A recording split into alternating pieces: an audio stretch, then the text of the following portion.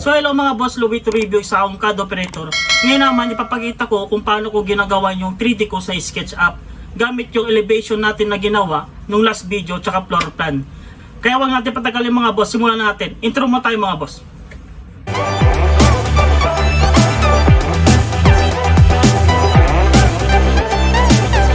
So simulan natin mga boss. Ito pala yung floor plan tsaka elevation na ginawa natin nung last video natin. Ito yung gagawin nating 3D sa SketchUp. I-copy lang natin ito mga boss. Yan. Tapos delete natin to. Hindi natin kailangan to. Tsaka delete natin itong mga dimension. Para pag nag-import tayo dun sa SketchUp, hindi siya masyadong mabigat. Delete natin to. Hindi naman natin kailangan itong mga to. Yan. Delete natin.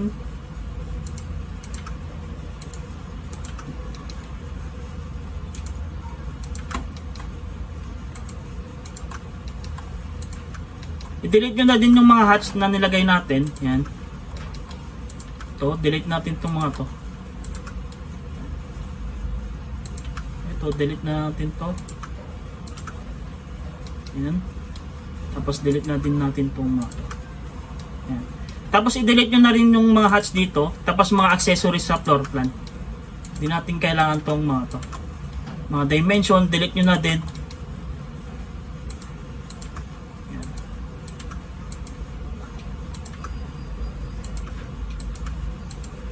Delete natin to.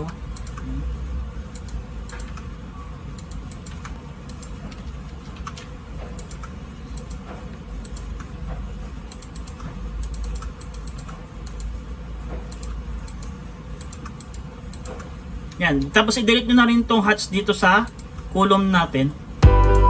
Delete natin yung lahat.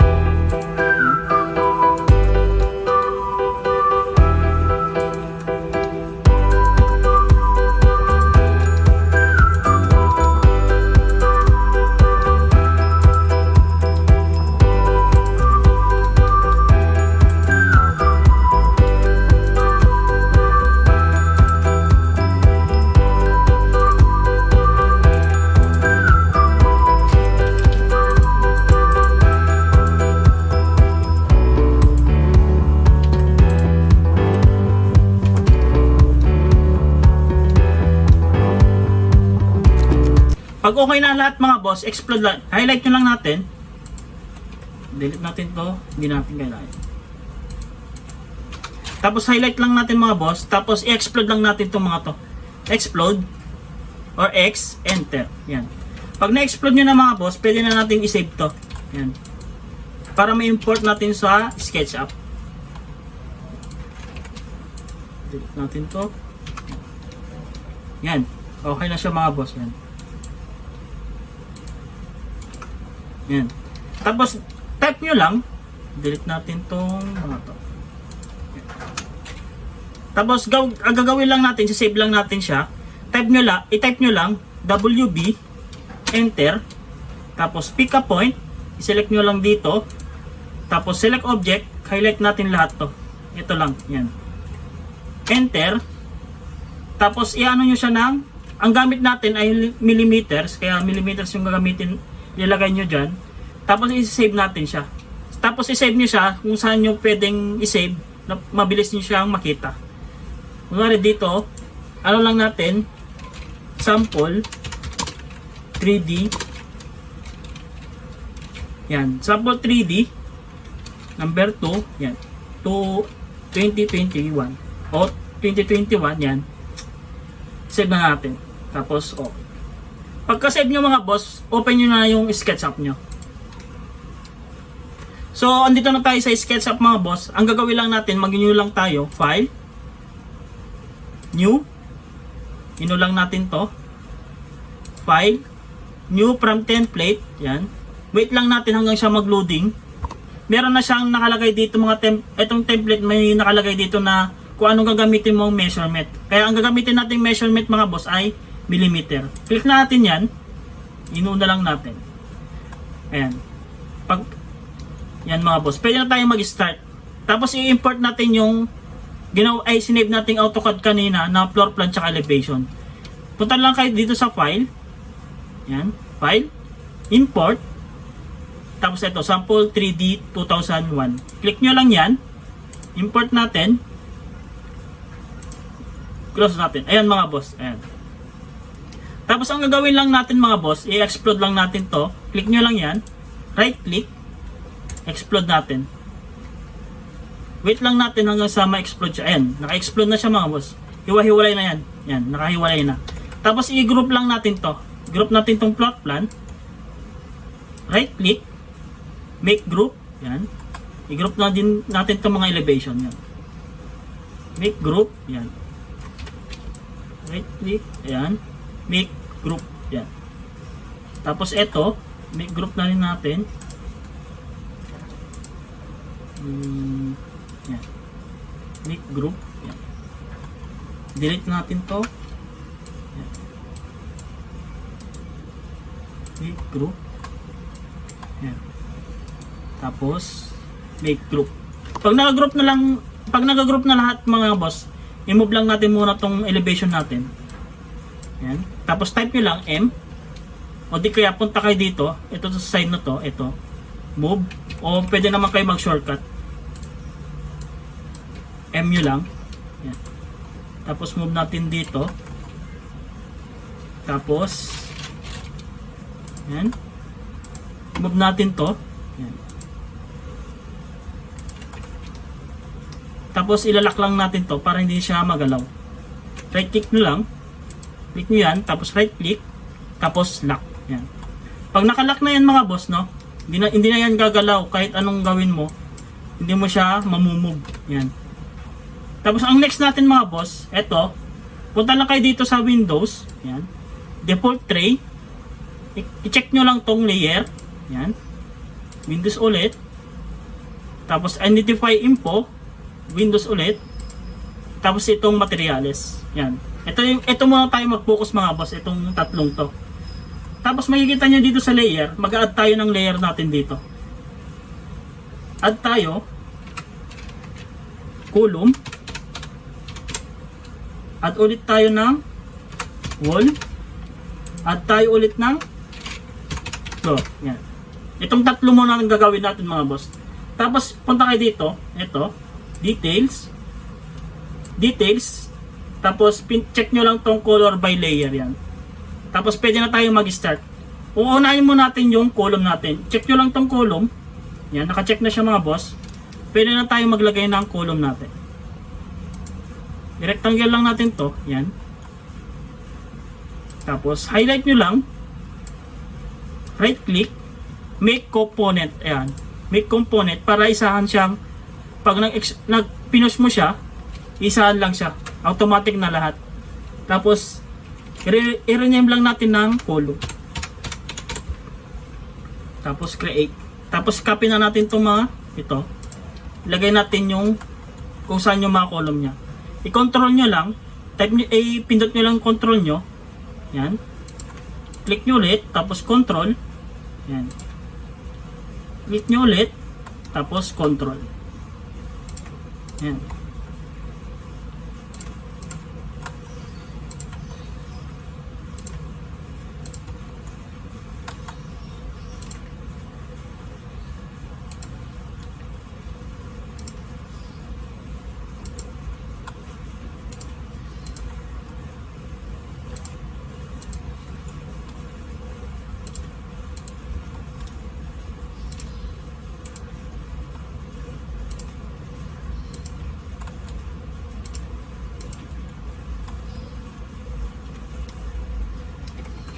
So ayan mga boss, nalagyan na natin lahat ng column natin.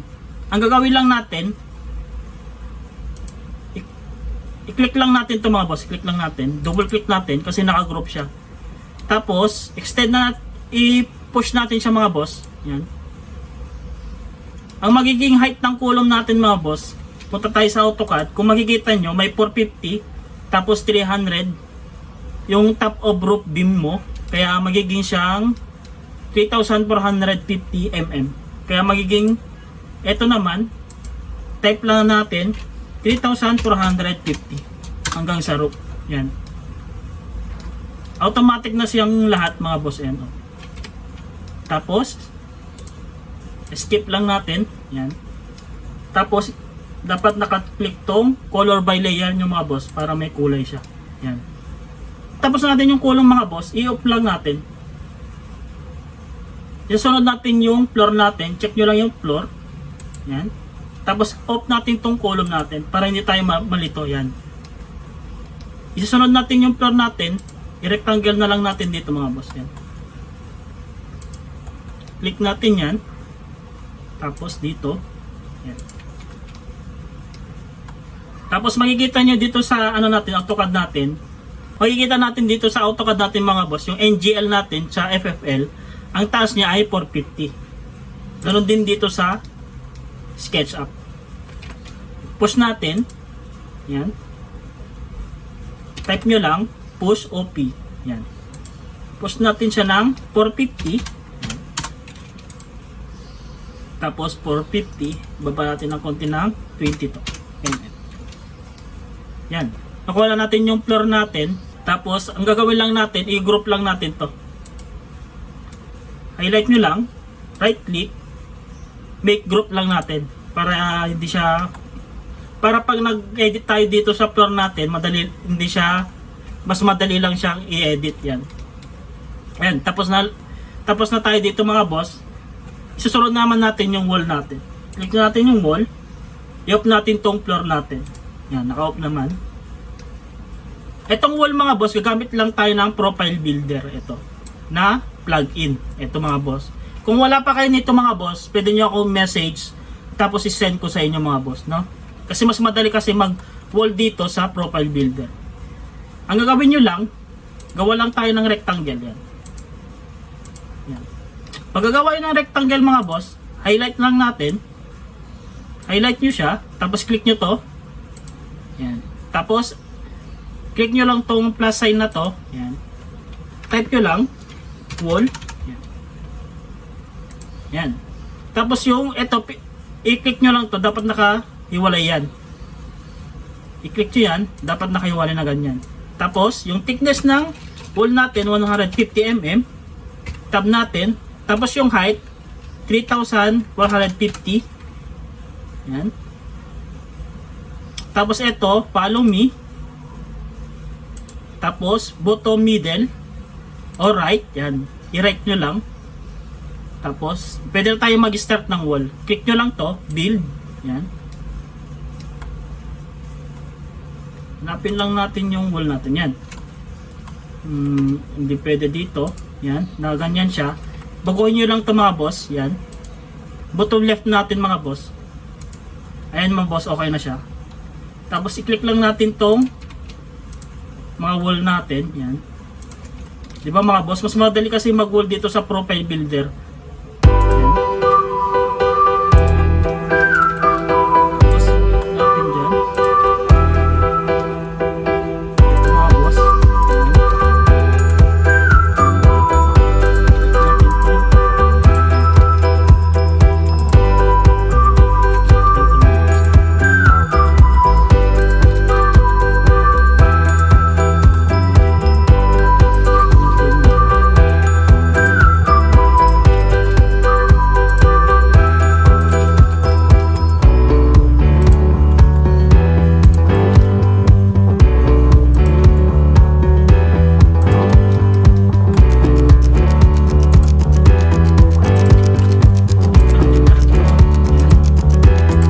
Diba sobrang dali pag nag-ano ka ng wall dito sa profile builder. Yan. Tapos yan. Yan mga boss. Pagtapos na mga boss, ito pa dito. Yan. I-gawin natin dito. Yan. Ayan mga boss, tapos na yung wall natin. Yan, nalagyan na natin to. Delete natin to mga boss. Yan. Tapos ang gagawin lang natin mga boss, explode lang natin to. I-explode nyo. Highlight nyo siya. Yan. Right click. I-explode natin mga boss. Pag naka-explode na mga boss, i-ano lang natin siya. I-group lang natin. Highlight nyo ulit. Right click. Tapos make group. Yan. Ayan mga boss. Okay na siya. Tapos pwede na natin antong column natin. Yan. Tapos yung floor natin. O ayan mga boss. O. Okay na, di ba? Tapos ito na yun mga boss. Gagamitin na natin tong elevation natin. Ang gagawin lang natin mga boss, click lang natin tong front natin. Tapos i-move natin dito. Yan. Tapos ipatayo lang natin mga boss yan. Pindot nyo lang to. Ito. Rotate. Or type nyo lang R. Yan. Click nyo lang to. Rotate. Tapos ganun nyo lang isang konti. Para maging tumayo yung rotation mo. Yan. Ganun mo lang siyang konti. I-rotate lang natin. Click lang natin to. Yan. Tapos ipatayo lang natin. Yan. Pag napatayo na yung mga boss, ilagay lang natin dito. Yan. Diba? Yan. Sakto naman siya. Yan. Sakto siya mga boss. Tapos i-ano natin sa wall natin. I-move natin sa wall. Yan. Dyan mga boss. Tapos pwede na natin siyang i-edit dito sa may wall natin. I-off muna natin yung column natin. Para hindi siya sakabal. Yan. Ayan mga boss. Pwede na natin siyang butasan. Kung makikita nyo, nakagroup tong wall natin. Ang gagawin nyo lang dyan, double click nyo lang tong wall natin. Yan, pwede na tayong magbutas. Pindot nyo lang tong, rectangle. Tapos, ano nyo lang yung tong pinto. Yan. Rectangle lang natin tong pinto. Ayan, ibaba natin ng konti to. Ibaba natin ng konti, medyo mataas siya. Yan. Tapos pala yung mga boss kasi meron pa tayo dito na parang baba nitong supports natin. Okay na yan. Tapos i-ano na lang natin. Double click natin. Yan. Rectangle lang tayo. Ito. I-rectangle natin dito. Yan. Tapos i-rectangle nyo na rin to. Yung mga butas ng windows natin. Rectangle nyo lang. Yan. Yan. Pag na-rectangle nyo na boss, ipopush lang natin to. Click nyo lang tong push. Push na lang natin. Pag nagpo-push kayo mga boss, i-ano nyo lang. Yung dulo ng wall nyo, parang dito. Ito. Yung edge ng wall nyo dito. Click nyo lang ganyan. Yan. Tapos i-push natin ulit. Yan. Click natin ulit. Push. Click natin ulit. Yan. Ayan mga boss, may butas na siya. Tapos i-move lang ulit natin tong elevation natin. Kasi meron pa tayong parang windows dito. I-move lang natin. Move. Yan. I-move natin siya dito. Dapat yan. I-move lang natin dito. Or di kaya mag-line muna tayo dito. Ano lang itong tape niya. Yan. Pag nag-tape kayo, ayan, parang may line siya na guide. Tapos i-move natin to. Floor plan natin. I-move natin. Tapos ilagay natin dito. Yan. Ayan mga boss. Tapos, i-double click na naman natin siya. Double click. Tapos rectangle. Yan. Tapos, pabubutasan na natin. Yan. Pag nabutasan na natin lahat mga boss, i-move lang natin to. Itong elevation natin, move lang natin yan. Tapos i-next natin yung mga elevation na iba. Ito. Copy natin. Yan. Yan. Tapos i-rotate lang natin. Click nyo tong rotate. Yan. Dapat rotate natin siya. Yan. I-rotate natin. Tapos i-move lang natin mga boss. Yan. Ilagay natin siya dito sa may wall. Yan. I-move natin siya ng konti. Yan. Tapos pwede nyo na siya ulit butasan. Double click. Tapos rectangle. Click nyo lang ito. Yung butas ng mga windows natin. Yan. Yan. Tapos ipupush lang natin siya ulit. Click nyo lang tong push. Yan. Dito. Tsaka dito. Yan. Tapos dito. Yan. Tapos pwede na natin siyang i-move ulit. Yan. Move natin. Ito. Yan. Ito mga boss, para hindi pa natin nabutasan to, double click lang natin ulit. Yan. Push. Tapos i-push natin dito. Yan. Pag okay na, skip lang natin. Tapos isusunod naman natin to. Ito, yung sa left elevation niya. Ganon din ulit, i-rotate lang natin. Yan. Rotate.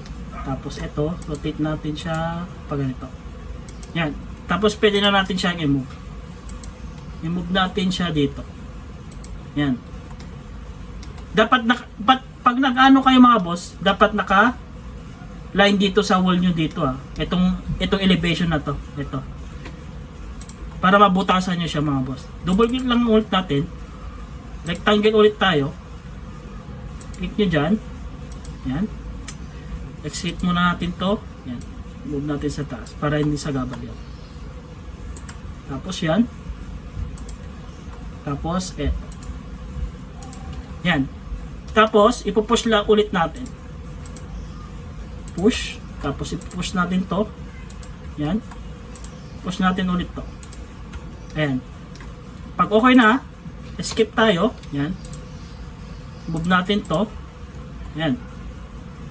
So, ayan. Tapos next naman natin ito.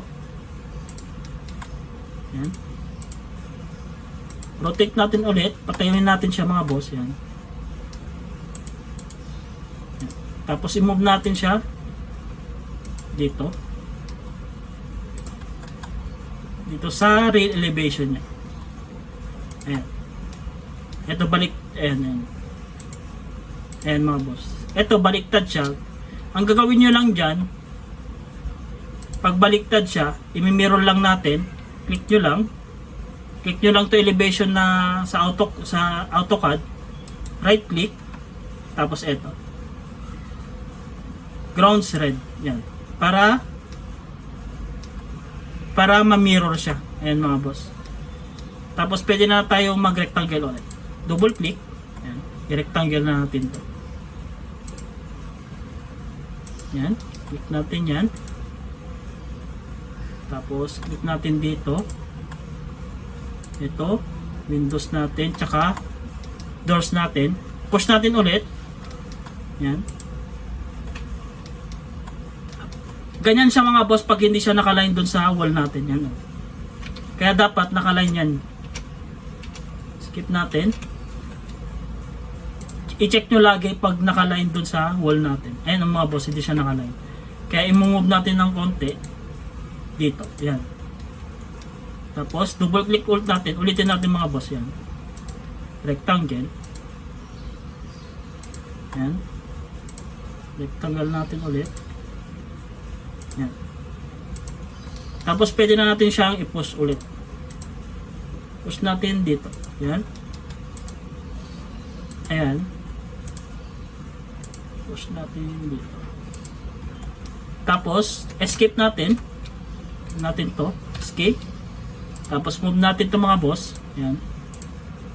Ayan. Yan mga boss. Tapos ang gagawin lang natin, i-an natin itong column natin. Yan na natin. Ayan mga boss oh. Ayan mga boss. Nakapagbutas na tayo mga boss. Yan.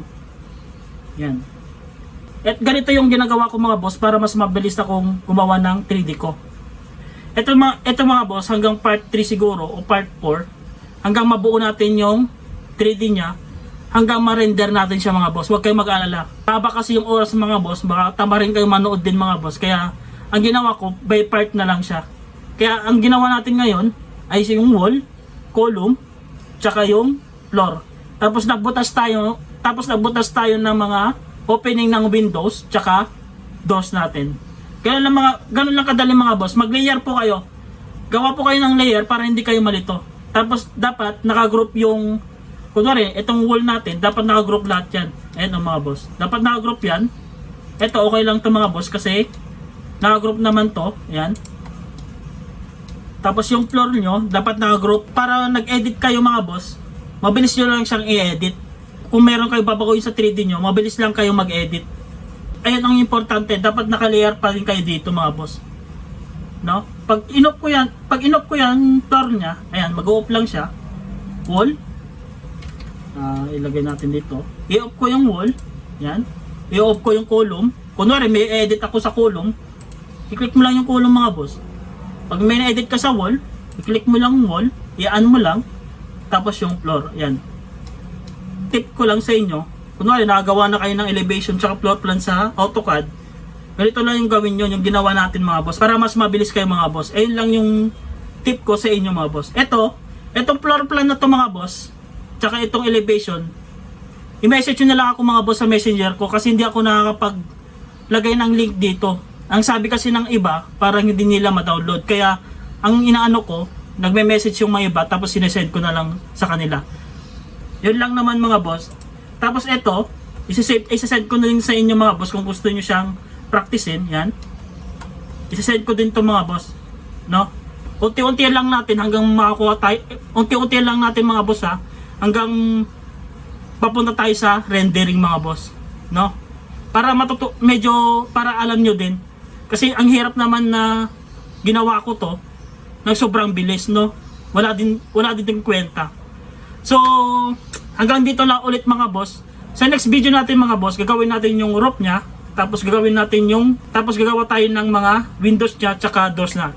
So, hanggang dito na lang mga boss. Hanggang sa muli mga boss. Paalam na mga boss.